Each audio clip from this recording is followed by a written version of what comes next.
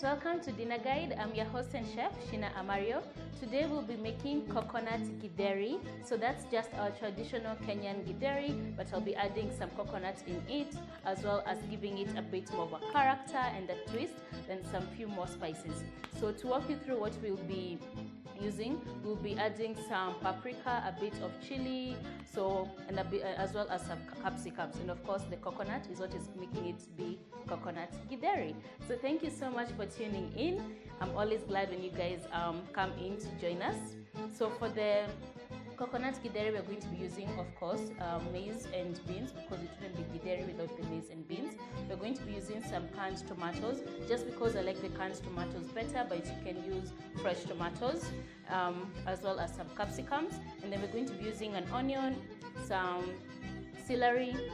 And if you're not familiar with celery, it's very easy to get in the supermarket, or you can also get it in your local market. And for the spices, we're going to be using some salt, some pepper, some danajira, some tomato paste, some sugar, some chili, some cayenne pepper, and then this is coconut oil. That's what's giving this nice coconut flavor, and as well as avocado, some herbs, dhania or parsley, whatever you prefer, and coconut milk, of course. And then we're going to be using a bay leaf, as well as some garlic. So those are the main ingredients we're going to be using for this dish. And we're going to go on a short break, but you're going to leave me chopping my onions, so that when we come back, I'm going to start off with the onion as I continue to dice up the remaining vegetables. So see you after the break.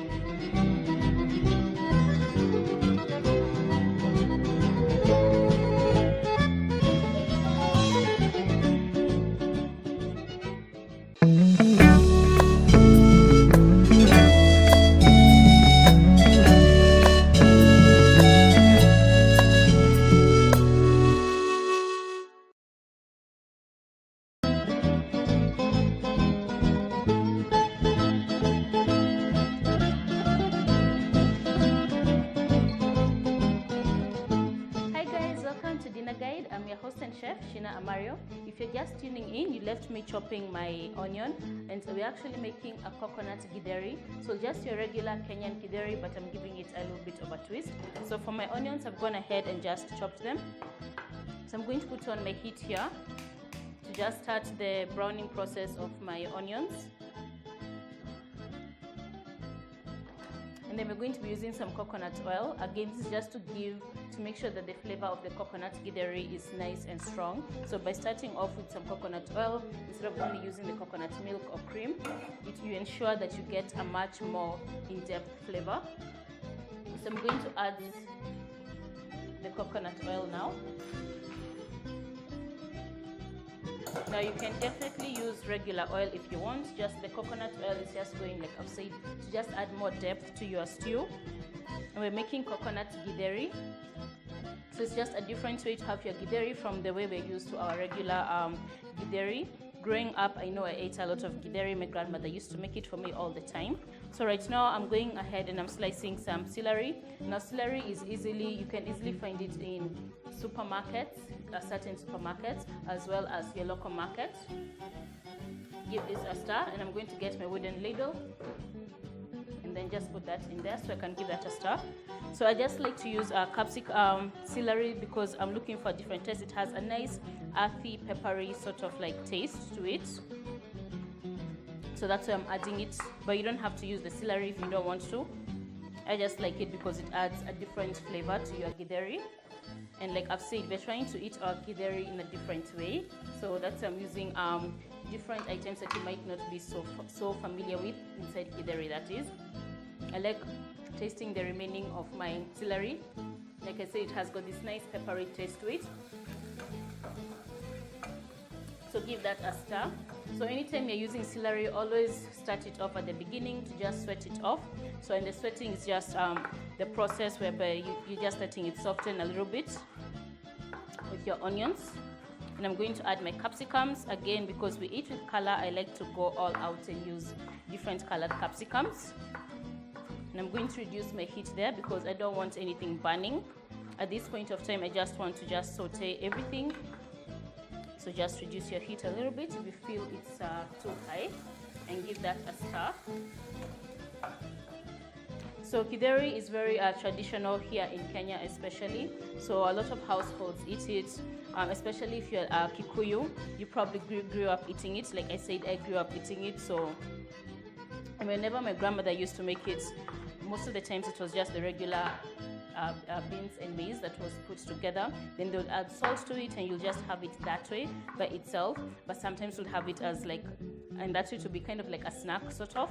But if you're having it like a meal, then most times we used to add like tomatoes to it, onions also should add, and then she'll go a little extra mile and add for us meat in there. So she'll add for us beef. So and it's just a different way of eating your Githeri. Instead of having it all pure vegetarian, you could add some meat. So we mainly used to have it with, like I've said, beef, but you could add chicken if you wanted.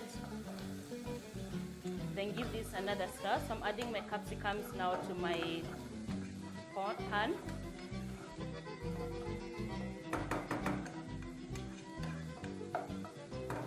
Okay, that's looking good. So we're going to add our tomatoes in there. But before that, I'm going to get my garlic. Now, if you don't like garlic, you don't have to use it. You know, I'm a huge fan of garlic, so that's why I'm using it.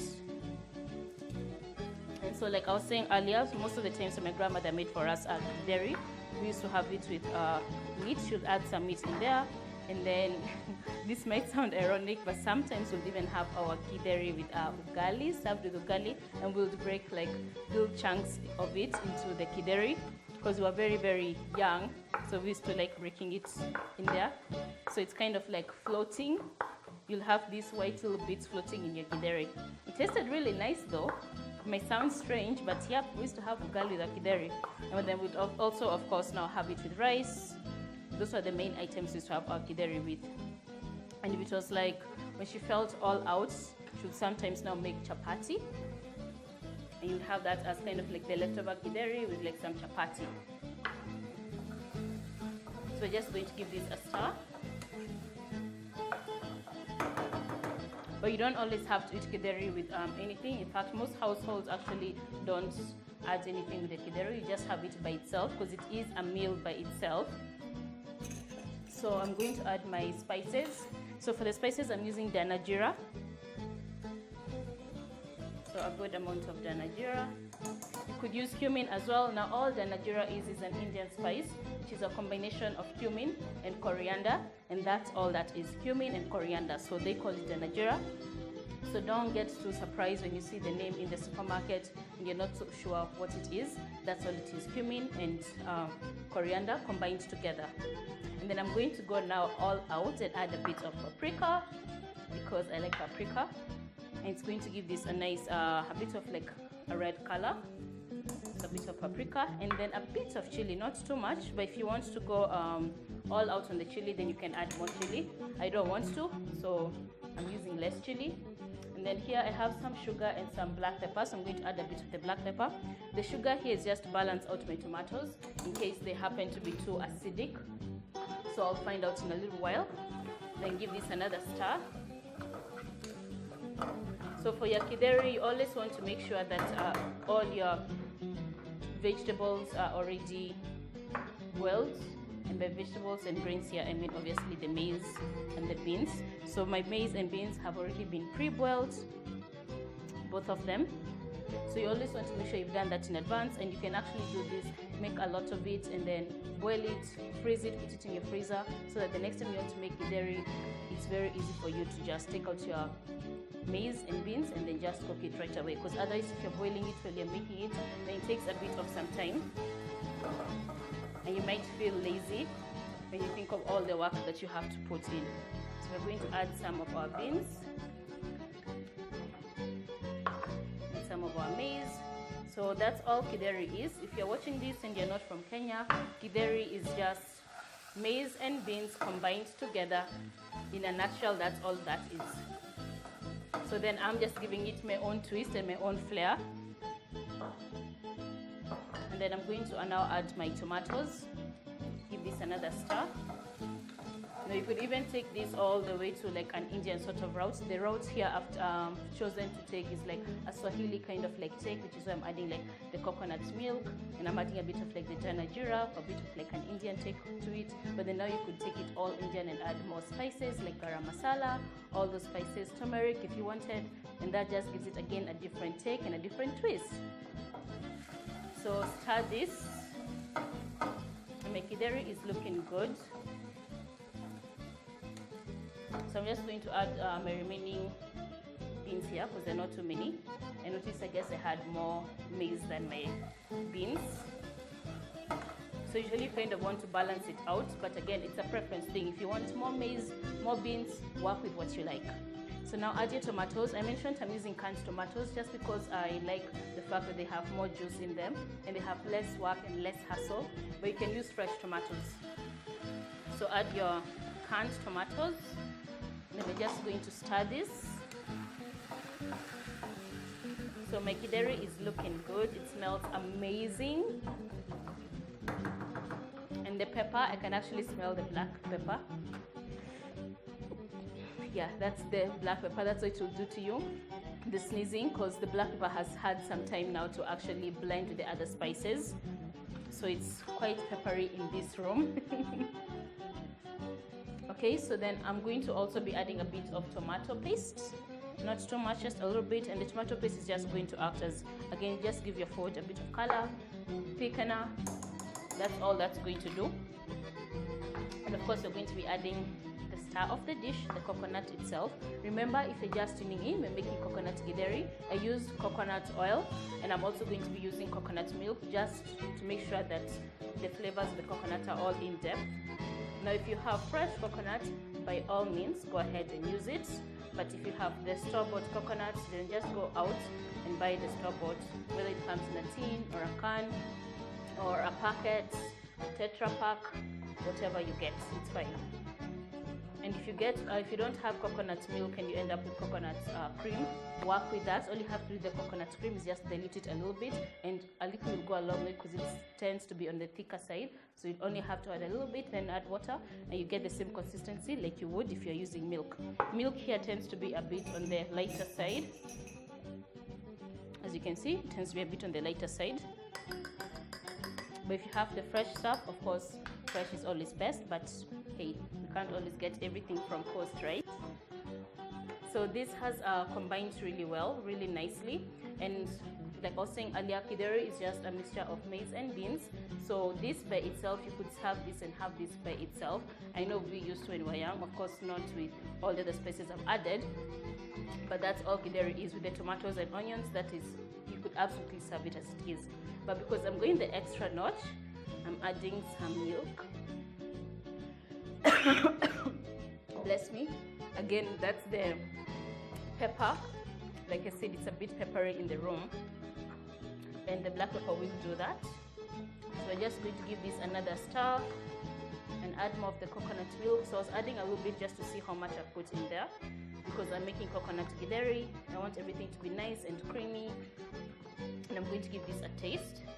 Also, remember that coconut milk has its own salt and its own natural flavors, so you want to be a bit careful when you're adding your spices and your seasoning and your salt, just so that you don't go overboard. I always say it's easy for you to add, but you can't really take out something. The flavors, it's very hard for you to take out something once you've gone overboard. So for that, I'm now going to taste it and then see what I need to add. Then I'll be adding some dania into this as well. Now, dania is very common in Kenya, so that should be very easy for you to get. Yum, the coconut in here, I can taste it. So I feel like I need to add a bit of sugar. And again, the sugar, like I said, is just to balance out the acidity of the tomatoes. If you ever find like your tomatoes a bit too acidic, just add a bit of sugar and it will balance it right away. So not too much, it will just add a bit of sweetness and mellow down the flavors of the tomatoes. So we're going to give this another stir, and then we're going to let our githeri cook slowly for just about another 10 minutes or so. We're just simmering this because everything here is already cooked. So we're just going to cover this, and then we're going to go on a short break because everything is already cooked. And then after that, we're going to be coming back and plating, and we'll be plating it with some avocado, which is absolutely optional for you if you want to use avocado or not use it. Like I said, you could have it with rice or have it with rice. It's all up to you. So we're going to go on a short break so that we can wait for githeri to just simmer down. But that's all we need to add, nothing else. So I'll see you guys after the break.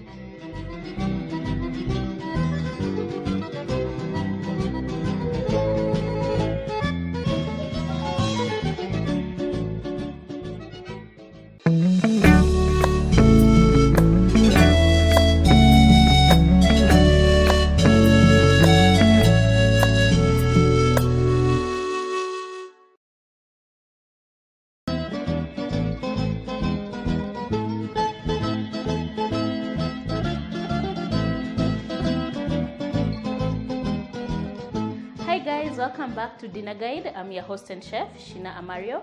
Today, if you're actually just tuning in, we're actually making coconut githeri. So not your regular githeri that you're probably used to eating. I added a little bit of a twist, so I added coconut. And so during the break, I let my githeri simmer for about 10 minutes. You could do it for about 10 to 15 minutes just so that all the flavors can combine together. Now I added my coconut milk, and then also during the break, I added a bay leaf, as you can see here. Now what this bay leaf does is just add a bit more of an earthy flavor, an undertone kind of flavor, so it's just more earthy. So you're still getting the earthiness from the beans and the maize, and of course again the carnation from the bay leaf. So I'm just going to give this a stir. Everything has combined really well. If you have a look at my githeri, it's nice and thick, but it's still saucy. That's how I like my githeri. But if you like it a bit runny, then you can definitely dilute it a little bit more. So I'm going to go ahead and plate my githeri, but before that I'm going to get my avocado here and actually some herbs, because I did mention I wanted to add some herbs into my githeri. And for my githeri I'm going to be adding some dhania. You could add parsley as well, but I'm just going to go with the traditional Kenyan dhania, though I had parsley here. So it's just kind of like a preference, depending what you want to add, just work with that.